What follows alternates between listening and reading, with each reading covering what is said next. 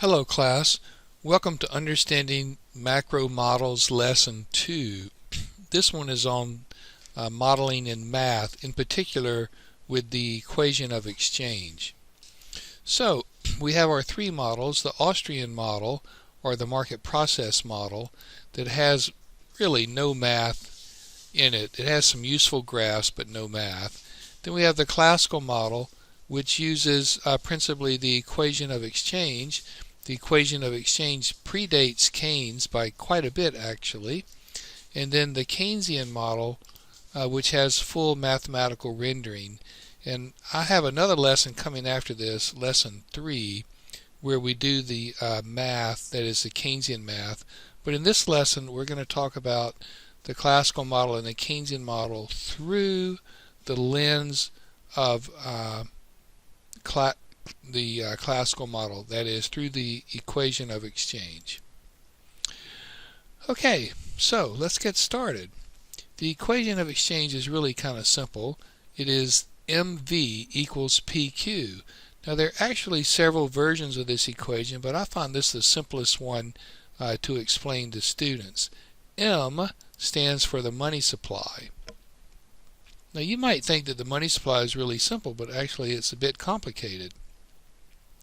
The money supply, that is, its characteristics would be that it is first a medium of exchange. That is, you give somebody some money and they give you something. It looks like in this case some kind of beans, or maybe it's an electronic exchange through your computers where you order something. So a medium of exchange. Then secondly, it's a measure of value. So it's a way to determine how valuable a thing is. So in this case, it looks like this car, this nice car, is only worth $100, $200, $300, looks like $400. It sounds like a pretty good deal, but I hope you get the idea that you can just look at how much a thing costs, and that's a measure of value, cost in terms of dollars. And here's a slide I picked up someplace. I'm actually pretty old, but I don't remember Coca-Cola selling for 5 cents.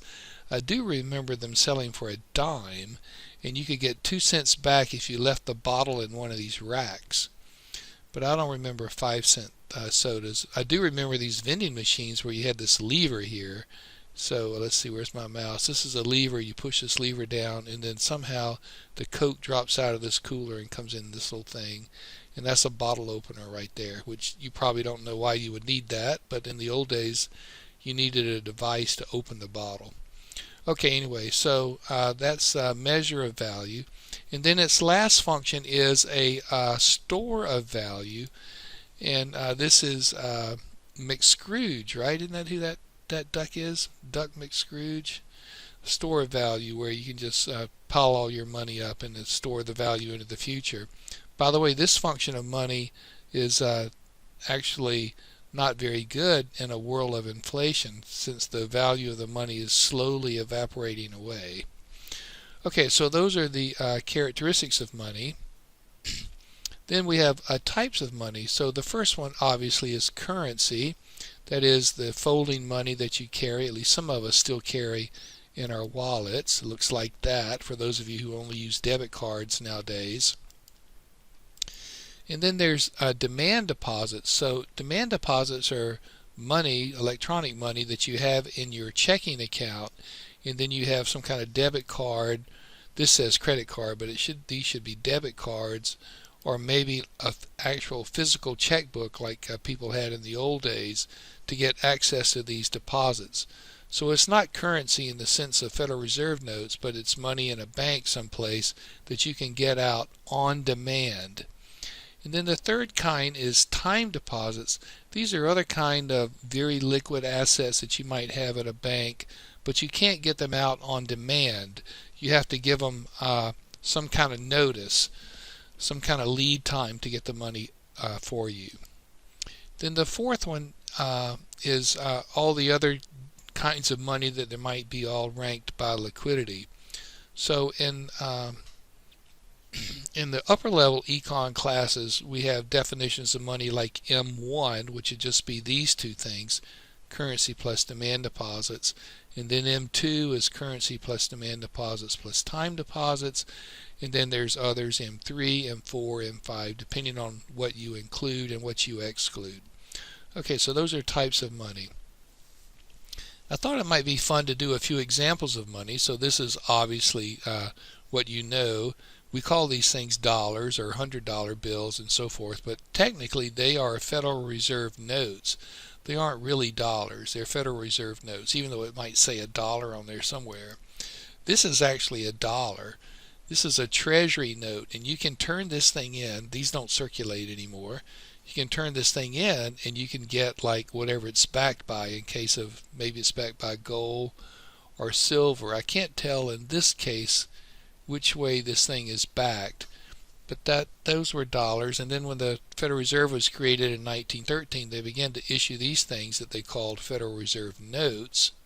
If you look on a $1 bill, it still says that. And in the very early years of the Federal Reserve Bank, you could take your Federal Reserve note to the Federal Reserve and exchange it for a real dollar, which was one of these things. Piece of trivia that you don't really care about. Here's the most unusual money that I know of. This is stone money from the island of Yap in the Pacific. People actually used these stones to purchase things, and they had a hole in the middle because the stones are quite large, and they would put like a dowel or a small tree trunk that they had fabricated down and slide it into that hole so that they could carry this thing around. Here's obviously a very wealthy person. They got all their stone money laying around. And here's a more modern example of the stone money in the island of Yap. This is probably a bank somewhere on the island of Yap. Okay, so that's the weirdest kind of money that I could think of. So now let's get back to our equation of exchange. You take the money supply, you multiply it by the velocity of money. So the velocity of money is defined to be the average number of times a dollar changes hands in a year for the purchase of things. So there are about 365 days, or there are 365 days in a year. How many times do you figure a dollar gets spent, the particular dollar? So you could do a simple little example. So let's say the money supply, that is the money that's been issued, is hundreds, thousands, millions, billions, $100 billion are floating around someplace. And if each of those dollars got spent 20 times in a year, so that'd be about every 2 out of 3 days, you multiply those two numbers together, you would get 20 trillion, and that's roughly what GDP is at the moment. Then on the other side of the equation of exchange, P stands for the price level. The price level, or another way of thinking about it, is the average price of all the goods in the economy. And Q stands for output. So this is how many goods are made in the economy. This is the average price of every good in the economy. So you could think of it like this: if the average price, everything that's bought and sold in the economy on average was $40. Some things would be way more and some things way less. But if the average price was $40 and there were hundreds, thousands, millions, 500 billion things produced, then multiply those two things together and you would also get 20 trillion. So the equation of exchange really is just two ways of thinking about GDP. This is called the financial side. Just take the money supply and multiply it by how many times the money got spent. And on the right side is called the real side, or the physical side. You just take how many things are produced and multiply by the average price level. So you just have GDP equals GDP, the equation of exchange. Now by itself it's not controversial. The equation of exchange becomes controversial when each group of economists begin to apply their assumptions. So in classical economics, remember, the idea is that markets clear, and so the economy is pretty much doing the best it can do all the time. Even though you and I might think it's not doing very well, whatever it's doing, it's pretty much the best it can be. So in the classical view, Q can't move. It's kind of fixed because it's always operating the best it can. So we put a little bar over Q to indicate that it can't move. Similarly, in the classical model, the idea of velocity is also fixed, and their argument is that the velocity of money depends in part on personal preferences and also on banking technology. So, if Q can't move and V can't move, then if you increase the money supply, all that can happen is that prices can rise, or prices will rise. So to put a numerical example in here, if Q doesn't move and V doesn't move, and you increase the money supply 5%, then prices are going to go up by 5%. This leads to a famous quote by probably the second most famous economist of the 20th century, Milton Friedman, is quoted as saying, inflation, that is this, inflation is everywhere and always a monetary problem. Inflation, that is rising prices, can only occur from expansionary monetary policy. Now, Milton Friedman was such a towering figure that we don't normally call him a classical economist. People just began to follow him, and they became known as monetarists, because Friedman took the equation of exchange and he modified it just a little bit. The first thing he did is he said, well, let's drop this assumption about Q, because Q obviously grows a little bit every year. So some years it grows quite a lot, and other years it doesn't grow at all, or maybe even shrinks. But on average, Q grows about 2 or 3% every year. And then if you want prices to stay stable, that is, if you want this to not move, and you got an economy that's output is growing at 2 or 3% a year every year, then what you need to do is you need to increase the money supply 2 or 3% every year. Now, some years that'll be too little, in other years it'll be too much, but on average it'll be just right, a little bit like Goldilocks. So Friedman proposed this because he didn't think that discretionary monetary policy, that is, that's what the Federal Reserve does, he didn't think that discretionary monetary policy was a very good idea. He didn't think that we were sophisticated enough to do that very well, and he thought it would just be better to have a rule, and so this has become known as Friedman's rule, to just increase the money supply at a constant rate that's roughly the same as growth in the economy on average, and then prices would be stable. Friedman's rule. Now, Keynesian economists looking at this equation of exchange, remember now, this equation predates Keynes. This comes from classical economics. But Keynesians would look at this thing and they would say, okay, well, here's what's really going on. First, they would say the economy, remember, the economy is not operating the best it can at all the time. It's operating with some slack in it.